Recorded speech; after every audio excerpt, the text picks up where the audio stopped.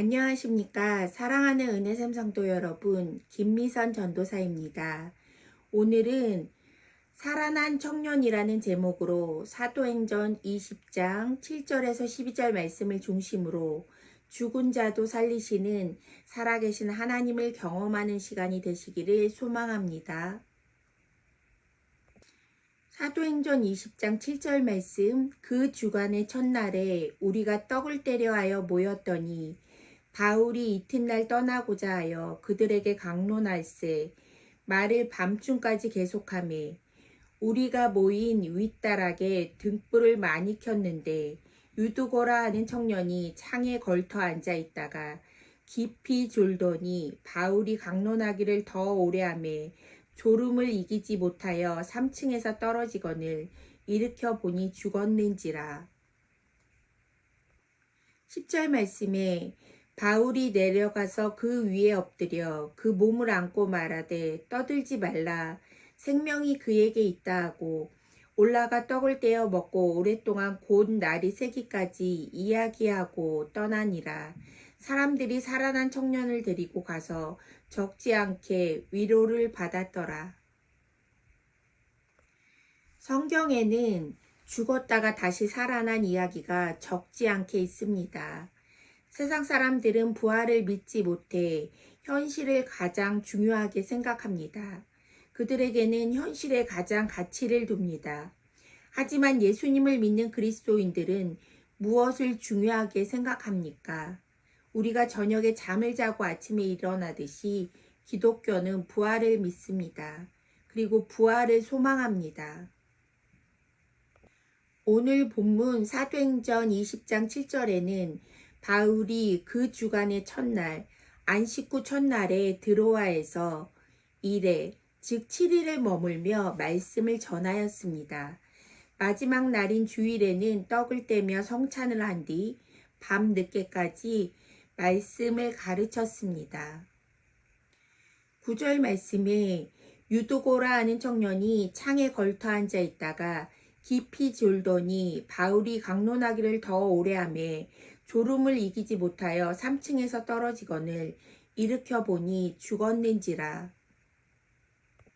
그런데 유두고라는 청년이 3층 창가에서 말씀을 듣다가 깜빡 잠이 들었는데 그 순간 창가에서 떨어져 죽고 말았습니다. 제가 어렸을 때에만 해도 부흥회가 많이 있어서 12시를 넘기는 적이 많았습니다. 말씀을 듣다 보면 비몽사몽 정신을 차리지 못할 적이 많이 있었던 것 같습니다. 유두고는 창에 걸터 앉았는데 바울의 말씀이 길어지니 깊은 잠에 빠져 졸게 된 것이었습니다. 그리고 떨어져 죽게 되었습니다.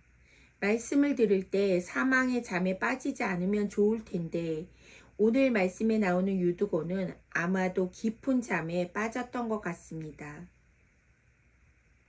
10절 말씀에 바울이 내려가서 그 위에 엎드려 그 몸을 안고 말하되 떠들지 말라 생명이 그에게 있다 하고 바울이 내려가서 그 위에 엎드려 그 몸을 안고 말합니다. 생명이 그에게 있다는 것입니다. 유두고는 3층에서 떨어져 죽었지만 하나님은 유두고의 사건을 통하여 더 놀라운 일을 행하십니다. 바로 하나님의 은혜로 죽은 유두고가 다시 살아난 것입니다. 우리가 말씀을 들을 때 하나님의 놀라운 일을 실제로 경험한다면 얼마나 그 말씀을 더 신뢰하겠습니까? 오늘 이 사건을 통하여 12절 말씀에 살아난 청년을 통하여 적지 않게 위로를 받았다고 기록하고 있습니다. 하나님은 죽은 자도 살리시는 전능하신 하나님입니다.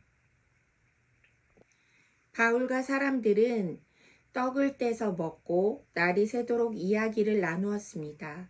바울의 말씀 강론과 죽은 청년 유두고의 다시 살아난 이적으로 인하여 이들이 함께 떡을 떼며 나눈 시간은 참 의미가 있었던 것입니다. 오늘 말씀처럼 성경에는 죽었다가 다시 살리신 하나님의 능력을 경험한 사람과 그것을 함께 보고 경험한 사람들의 이야기가 있습니다. 오늘 이 이야기도 우리의 일상에서 경험되어질 수 있는 특별한 경험이 될 수 있을 것입니다.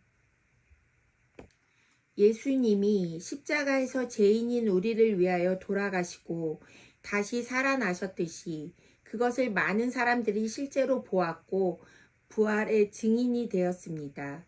이제 우리가 저녁에 자고 다시 아침에 일어나듯이 우리도 날마다 부활의 현재성을 경험합니다. 그리고 이미 예수님이 완성하고 승리하신 그 길을 현실이라는 시간 속에서 똑같이 믿음으로 걸어갑니다. 때로는 부활의 증인이라는 삶이 어렵고 힘듭니다. 우리는 승리하신 예수님을 바라보면서 오늘 말씀처럼 죽은 유두고를 살리신 하나님을 신뢰하며 오늘도 부활의 흔적을 가지고 현실을 살아내는 성도님들이 되시기를 기도합니다. 오늘 말씀을 기억하며 기도합시다. 첫 번째, 죽은 유두고를 살리신 전능하신 하나님을 신뢰하며 부활의 증인으로 현실을 믿음으로 살아내는 성도들이 되도록. 두 번째, 우리 삶의 말씀을 사모하는 마음이 회복되어 말씀을 배우고 기도하며 떡을 떼며 교제하는 공동체의 사랑이 회복되도록 기도하겠습니다.